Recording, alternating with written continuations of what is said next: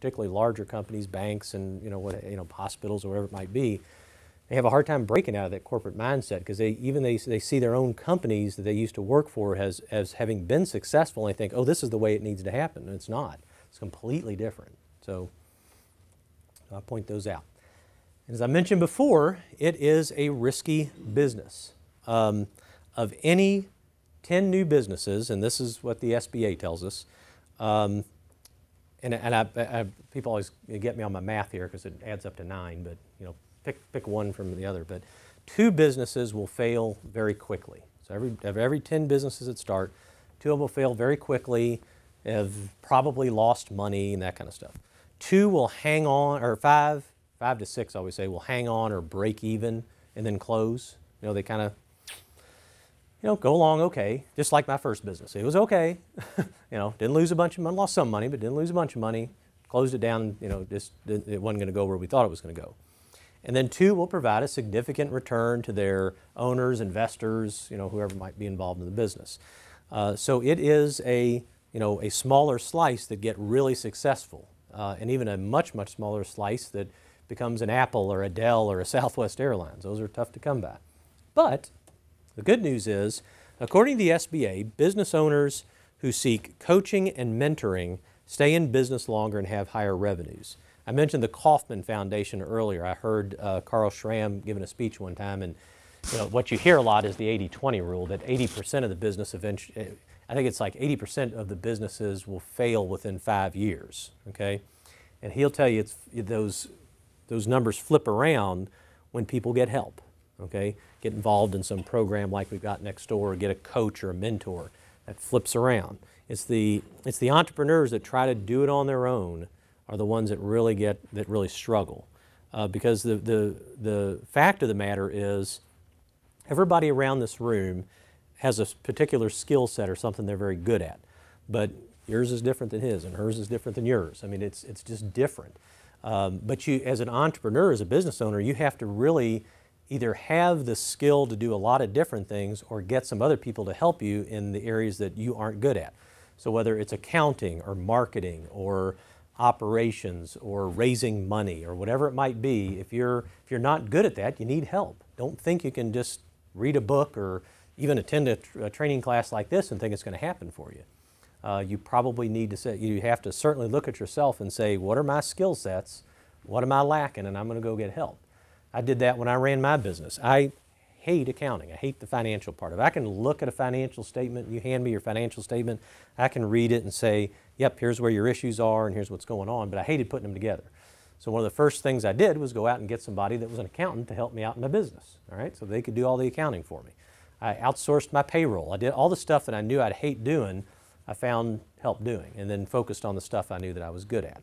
I'm not a creative marketing guy. Greg will tell you that. That guy back there is my creative marketing guy. And, I would never try to come up with a name of a product or a logo or something like that. It's just not me.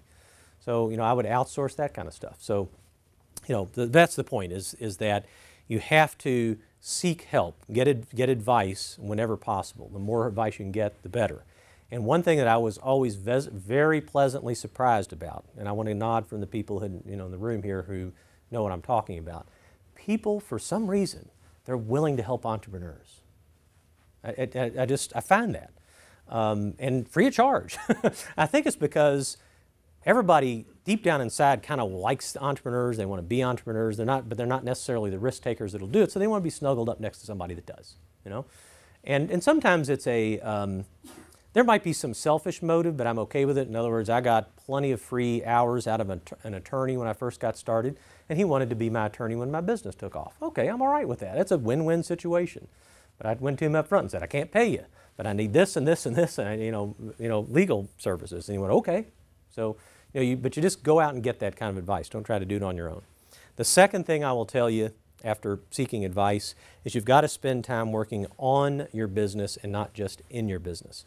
Another reason I see a lot of businesses fail is the entrepreneurs are so busy doing what they need to do day to day and dealing with customers and all that kind of stuff. They very seldom take time to sit back and go, okay, how can I help my business grow? What do I need to do? Where are my problems?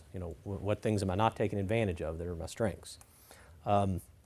And it's actually very closely related to the first one. You more than likely need to go out and get somebody to help you, get some advice, bring some other people in. They'll help you stop and work on your business. If you kind of engage somebody like me as a business coach, I'm going to make you stop every once in a while. I'm going to go, okay, we're going to go to McDonald's, we're going to meet for coffee, we're going to Sonic, and we're going to have lunch, and we're going to sit and talk about your business. That's me making you stop. Don't deal with any customers, turn your phone off. We're going to sit and stop and talk about your business. And I think those two things are critical in the success of a business. Okay, so you've decided, we've got a few people in the room like this, so you've kind of decided to start a business, or you've already started one, or you're thinking about starting one. I think these are some important initial questions that you need to ask. I mentioned this earlier, and probably the most important one is say, what are my core skill sets? What are my strengths? What are my weaknesses? What are the resources am I going to need to be successful? Are there qualified people in my area that are going to be able to do that? All right. And one thing I say about down here in southeastern Kentucky, because there's organizations like Kentucky Highlands, there's also MACID, SCED.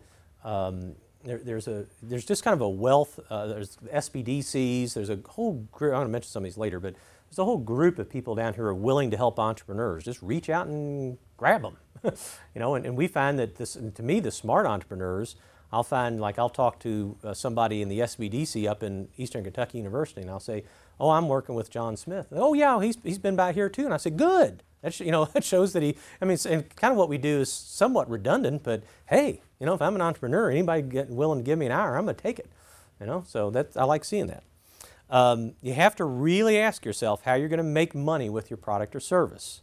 That sounds silly, but I can't tell you how many people come in here and I'll ask them that question. Well, how are you going to make money? I don't know yet. I don't even know how I'm going to price it. You really got to think about that up front before you start building things and, creating brochures and all that. How are you going to make money? It's going to cost you this. You're going to charge this. Are people going to pay that? How are you different than your competition? You must know that. As I said, every entrepreneur that I know gets into business because they think they can do it better, faster, or cheaper than what's currently out there. And what's currently out there is your competition. Okay? You've got to understand how you're different, how you're going to beat them on those things. What I hate to hear, and I hear way too often, is I don't have competition. I don't have competition. I hear it all the time. Well, and a good example is a lady who came in to me from Bell County, and she said she wanted to start like an amusement park for kids. All right. So she said, "I have no competition down there because nobody's doing that." And I said, "Oh yes, you do." And she goes, "No, I don't. There's nobody doing that." And I said, "I'm a parent. I've got an 8-year-old and a 5-year-old, and I've got $10 burning a hole in my pocket. I can take them roller skating. I can take them bowling. I can take them to McDonald's, let them play on the playground. I can take them to the library. I can take them to a movie." She goes, "Oh." Yeah, so you've got to figure out if you're going to attract people to your amusement park, how are you going to make it more attractive than doing those other things for the parents, all right? How will your customers buy from you? What value do you bring them? You'll hear me use the term value proposition. You hang around me too much, but you really have to figure out why somebody's going to part with that $10. I earned that $10. I earned it working hard. If I give it to you, what more than $10 benefit am I getting back? You really have to be able to answer that question. Make sure you know how you're going to price and package your services. How will you measure success? Another real important thing that I see entrepreneurs when they come see me, I say, where do you expect to be, 6 months from now, a year from now in sales or your product development, whatever. And they can't answer those questions. You really need to set goals for yourself and say, by this time, this is what I intend to do, and here, because it's a struggle. It's a struggle being an entrepreneur and trying to do things with limited resources, but if you don't give yourself goals, you'll find yourself being self-defeated by how hard it is to move up, kind of move to the next level in what you're doing, okay? Any questions so far? I should pause and, okay? Yes? What constitutes small business? Is there a number of employees, like 20, 10? And I've heard a couple definitions. Now, to the federal government, a small business because they have this SBA, the Small Business Administration, the SBA only works with companies with 500 or fewer employees. but the majority of small businesses have 3 or fewer employees. I mean, and now I consider a small business when I'm just by definition somebody has 20 employees or less. I think you get over that and you start getting a whole new realm of governance and all that kind of stuff. But there are 44,000 in southeastern Kentucky, in the arid counties we work in, 44,000 what are called micro enterprises, and those are companies with 3 employees or less.